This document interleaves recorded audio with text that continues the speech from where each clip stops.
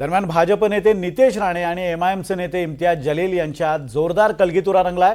नितेश राणे यांनी एमआयएम ही दहशतवादी संघटना आहे असं म्हटलं होतं। याला उत्तर देताना तुमच्यात हिम्मत असेल तर आधी लोकसभेत असदुद्दीन ओवैसी आहेत त्यांना काढून दाखवा असं प्रत्युत्तर इम्तियाज जलील यांनी दिलंय। तर कैसे हराया बोलणारी सहर शेख नॉट रिचेबल असल्याचं नितेश राणे म्हणाले होते। याला सुद्धा जलील यांनी उत्तर दिलंय।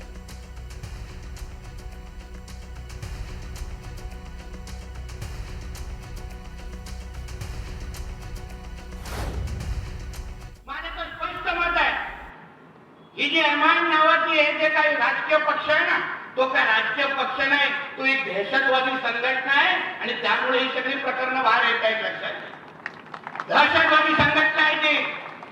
जशी आयएसआय, अल-कायदा आणि पीएफआय सारख्या संघटना आहे ना, तशी ही एमआयएम संघटना आहे। बाकी काहीच नाही।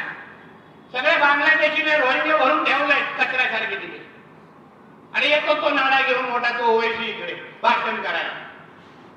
तरी सापडून त्याला नाण्यासकटच परत पाठवतो बघा हैदराबाद।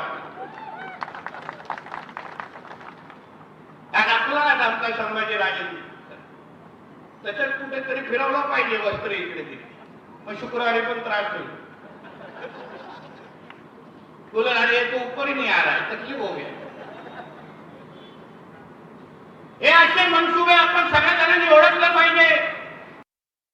काय हे की या माणसाला तुम्ही लोकांनी खूप जास्त महत्त्व दिलेले आहे।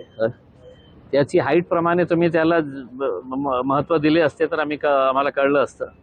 पण काय आहे की दररोज उठून त्याला काहीही विकासाच्या बाबतीत बोलायचं नसतं। फक्त मुस्लिम मुस्लिम मुस्लिम याच मुद्द्याने त्याची राजनीती सुरू आहे। आणि दुर्दैवाने भारतीय जनता पार्टीने अशा 400 पिल्लू सोडलेले आहे मार्केटमध्ये। त्याच्यामध्ये हे नितेश राणे आहे, ते पडळकर आहे, ते नगरचं कोण संग्राम जगताप आहे, ते आमची ते डान्सर बाई कोणती आहे अमरावतीची, ती एक बाई आहे। हे सगळ्या लोकांना सोडलेले आहे। काहीही त्यांना तुम्ही नाही का विकासाच्या बाबतीत विचारलं ना तर ते उत्तर तुम्हाला नाही का मुस्लिमांवरही उत्तर मिळेल तुम्हाला। तर त्यांची राजनीती, त्यांचं जेवण भेवण सगळं त्यांचं दररोजचं जे काही चालतं ना ते फक्त मुस्लिमांच्या मुळेच चालत आहे।